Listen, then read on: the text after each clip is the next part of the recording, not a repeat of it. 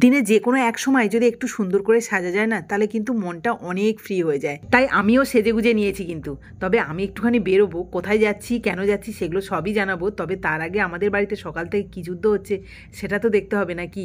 প্রথমে দেখাই কুট্টুসকে। এই যে ভিল স্টোরি রান্নাঘরে চলে এসেছে সকাল সকাল। এখানে বোর্ডে লিখছে থ্যাংক ইউ, কারণ ওই যে ছোট্ট একটা কুপন আছে সেখানে থ্যাংক ইউ লেখা আছে, সেটাই দেখে দেখে লিখছে। এখন কিন্তু পড়াশোনার দিকে খুবই মনোযোগ দেয়।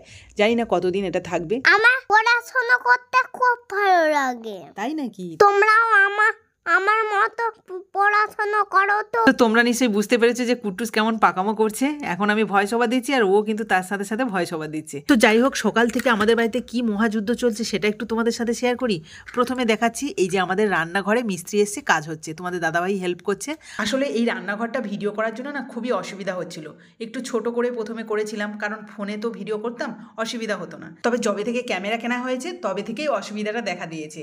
কারণ তোমাদের দাদাভাই যখন ক্যামেরা করে এই রান্নাঘরে বাইরে দাঁড়াতে হয়, আর যখন বৃষ্টি হয় বা রোদ্দুর প্রচণ্ড হয় তখন খুবই অসুবিধা হয়ে যায়। ক্যামেরাতে বুঝতেই পারে না যে লাইটটা কেমন হয়।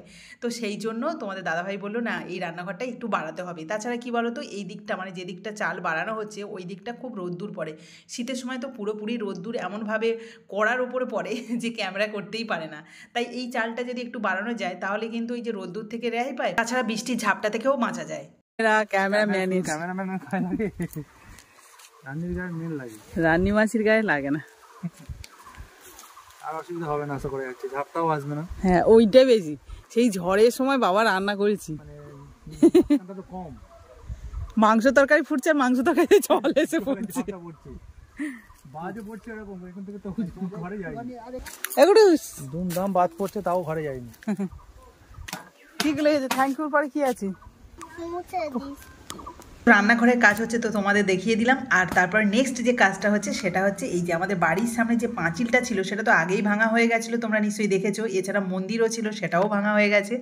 এখন কাজ হচ্ছে ভিত খোলা, আর এটা কিন্তু আমাদের পাড়ার এক কাকু করছে।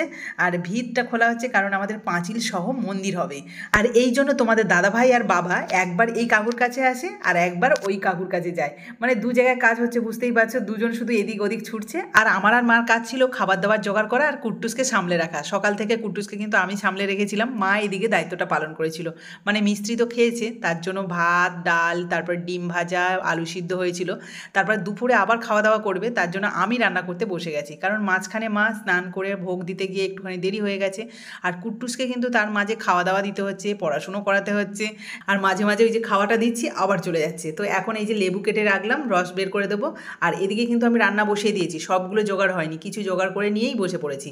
তো চাটনির জন্য শুধু টমেটো কেটেই আগেই শুরু করে দিয়েছি চাটনিটা। আর হবে শুক্তো আর মাংসের ঝোল। মিস্ত্রি কাজ করবে বলে বাবা আগের দিন মাংস কিনে নিয়েছে, ফ্রিজে রেখে দিয়েছিল।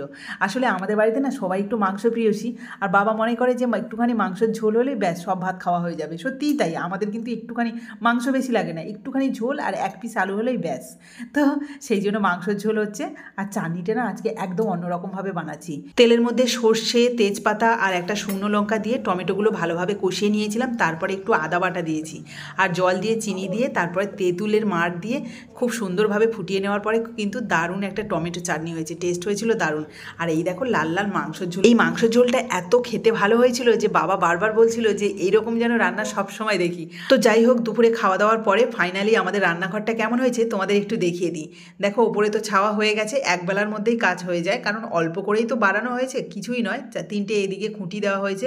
তবে হ্যাঁ, সাইডে কিন্তু আরেকটু বাড়ানো হবে। মেন যে মানে তোমাদের দাদাভাইকে নিচে নেমে ক্যামেরা করতে হয় সেই জায়গাটা কিন্তু এখনও ফাঁকা আছে, সেটা আবার আরও একদিন হবে বলেছে। তবে রান্নাঘরটা না বেশ বড় সড়ো হয়েছে, ভালো হবে, সবাই মিলে একসাথে খাওয়া দাওয়া করতে পারবো।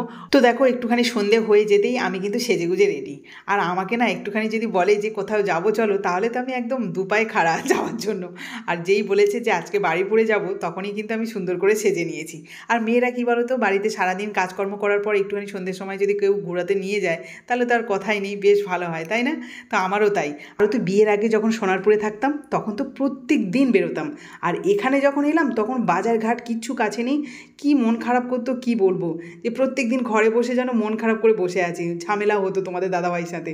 আসলে সোনারপুরে তো মেসে থাকতাম, সেজন্য কেউ বলার ছিল না, যখন যার ইচ্ছে হতো তখন সে সেখানে বেরিয়ে যেত। সেজন্য ওই যে ফ্রিডমটা ছিল সেটা আর এই শ্বশুরবাড়ি এসে পাইনি প্রথম যেখানে যেতে হবে তোমাদের দাদাভাইয়ের বাইকের পিছনে বসে যেতে হবে, সেটা সম্ভব হতো না। যাই হোক, এখন আমরা বেরিয়ে পড়েছি আর বারুইপুর যাচ্ছি কিন্তু ওই পদ্মপুকুরের ওখানে ছেলের ড্রেস কাটাতে। কয়েকদিন পরে স্কুল শুরু হবে, তবে তার আগে ড্রেসটা কাটিয়ে রাখতে হবে। আর স্কুল থেকে বলে দিয়েছে এই যে মজুমদার টেলার্সে আসতে হবে, তাই আমরা এখানে চলে এসেছি। আর এখানে এসে তোমাদের দাদাভাইয়ের এক স্টুডেন্টের সাথে দেখা হয়েছে। মানে সোনারপুরে তোমাদের দাদাভাই যখন কম্পিউটার শেখাতো তখন ওই স্টুডেন্টটা কিন্তু শিখতো, আর আমি রিসেপশানে কাজ করতাম, তাই আমাদের দুজনকেই চেনে। তাই বললো ম্যাডাম স্যার সবাই ভালো আছেন তো, আর এই পুচকুটা কবে হলো আর কত বড় হয়ে গেছে সেই সব নিয়েও একটু হাসাহাসি করছিল বা কথা বলা হচ্ছিল। তারপর দেখো ওকে দুটো চিপস কিনে দিয়েছে, ও তো খুব খুশি হয়েছে। খুশি এবার ড্রেসের মাপঝোপ হবে, আর দেখতে দেখতে কত বড় হয়ে গেল দেখো ছেলেটা। এই সেদিন হলো, আজকে তার ড্রেসের মাপ দিতে চলে এলাম, মানে স্কুল যাওয়া শুরু হবে। তাই বলছিল যে এবার তো মন পড়ে যেতে হবে নাকি, ওই লোকটা যেই বলছে তখন বলছে হ্যাঁ যাবো তো। তারপর কি কাণ্ড হয়েছে দেখো, ড্রেসের মাপ দেওয়ার পরে বাইরে যেই বেরিয়েছে দেখে সাইডে খাবার দাবার হচ্ছে, আর সেটা দেখে কুট্টুসের খিদে পেয়ে গেছে। তাই বাইকে আস্তে আস্তে এত চিৎকার করে বলছে আমার খিদে পেয়েছে খিদে পেয়েছে। আর আমরা তো ওখান থেকে বেরিয়ে চলে এসেছি, জানি সামনে খাবার দোকান আছে সেখান থেকে খেয়ে নেবো। তবে আসতে গিয়ে দেখলাম গেট পড়ে গেল, তো সেখানে প্রায় 10 মিনিট মতো দাঁড়িয়ে তারপরে কিন্তু এই যে চলে এলাম বারুইপুর আলফিতে। এখানে কিন্তু শুধু রোল পাওয়া যায়, তবে দারুণ লাগে কিন্তু রোলটা। যখন আমরা বারুইপুর আসি প্রায় সময় কিন্তু এখান থেকেই রোলটা খাই। তো যাই হোক, এখান থেকে কিন্তু একটা রোল নিয়েছি, 3 জনে মিলে একটা রোল খাবো, কারণ খুব একটা খিদে ছিল না আমাদের। খেতে তো বাড়িতে অনেকটাই লেট হয়ে গেছিলো, আর কুট্টুসের খিদে পেয়েছে বলেই রোলটা নেওয়া, ও রোল খেতে চেয়েছে। তো এই জন্য এখানে দাঁড়িয়ে দাঁড়িয়ে 3 জনে মিলে রোলটা খেলাম, তারপরে বাড়ির দিকে রওনা দেবো। আর হ্যাঁ, বাড়ি আস্তে আস্তে কিন্তু আবার কুট্টুসের খিদে পেয়ে গেছে, সেই জন্য দেখো হিমালয় সুইটস থেকে রসগোল্লা দাঁড়িয়ে দাঁড়িয়ে খাওয়ালাম, তারপরে বাড়ি ফিরলাম। কেন জানি না কুট্টুসের আজকে খুব খিদে পাচ্ছে। তো যাই হোক, এই দেখো বাইকে করে যখন আমরা ফিরছি সেই সময় চাঁদটা কি সুন্দর লাগছে, পুরো গোল হয়ে আছে। পূর্ণিমা গেছে কিছুদিন আগে। আর দেখো সরাসরি কিন্তু আমরা বাড়ি ফিরিনি, এখানে সোনিয়া অমিতের দোকানে চলে এসেছি। কুট্টুস আবার সোনিয়া অমিতকে ভীষণ পছন্দ করে, কেন জানি না বাড়িতে সবসময় কিন্তু সোনিয়া অমিতের নাম করবে, কোনো খাবার হলে বলবে যে এটা সোনিয়া অমিতের জন্য। আর আজকে এসে দেখো কি সুন্দর গল্প করছে সোনিয়ার সাথে। আর হ্যাঁ, সোনিয়া এখানে বলে দিয়েছিল যে তুমি কিন্তু ডাল ভাত খাবে, কারণ আমি বলে দিয়েছি ওর ডাল খেতে চায় না, তুমি একটু বলে দাও তো। তো ও সঙ্গে সঙ্গে বললো ঠিক আছে আমি এবার থেকে ডাল ভাত খাবো, আবার বলেছে সবজি ভাতও খাবে। তো জানি না কতটা কথা শুনবে। আর দেখো ওকে একটা ক্যাডবেরি দিয়েছে, আবার এটাই কিন্তু সোনিয়া ওকে বসে বসে খাওয়ালো, আর ভীষণ খুশি হয়ে গেছে। কিছু কি বলবে করে বলে দাও, খাবো খাবো খাবো খাবো খাবো বলে দাও, খাবো খাবো খাবো খাবো খাবো। ডাল খাবো। কি দেখবি? ডাল খাবো। ও ডাল খাবে, আজকে সোনিয়া বলেছে ডাল খেতে কুট্টুসকে, তাই ডাল খাবে, তাই তো। আর কি খাবে? আলু ভাজা। তো তোমরাও শুনতে পেলে, ও বাড়ি এসে কিন্তু ভোলেনি যে ডাল খাওয়ার কথা বলেছে, তাই ডাল খাবে বলেছে। তো দেখা যাক পরের ভিডিওতে তোমাদের দেখাবো যে ও ডাল দিয়ে ভাত খেয়েছে কিনা। তো আজকে ব্লগটা এখানেই শেষ করছি, তোমাদের কেমন লাগলো অবশ্যই কমেন্টে জানিও, আর ভালো লাগলে প্লিজ একটা লাইক করে দিও। আজকের মতো টাটা।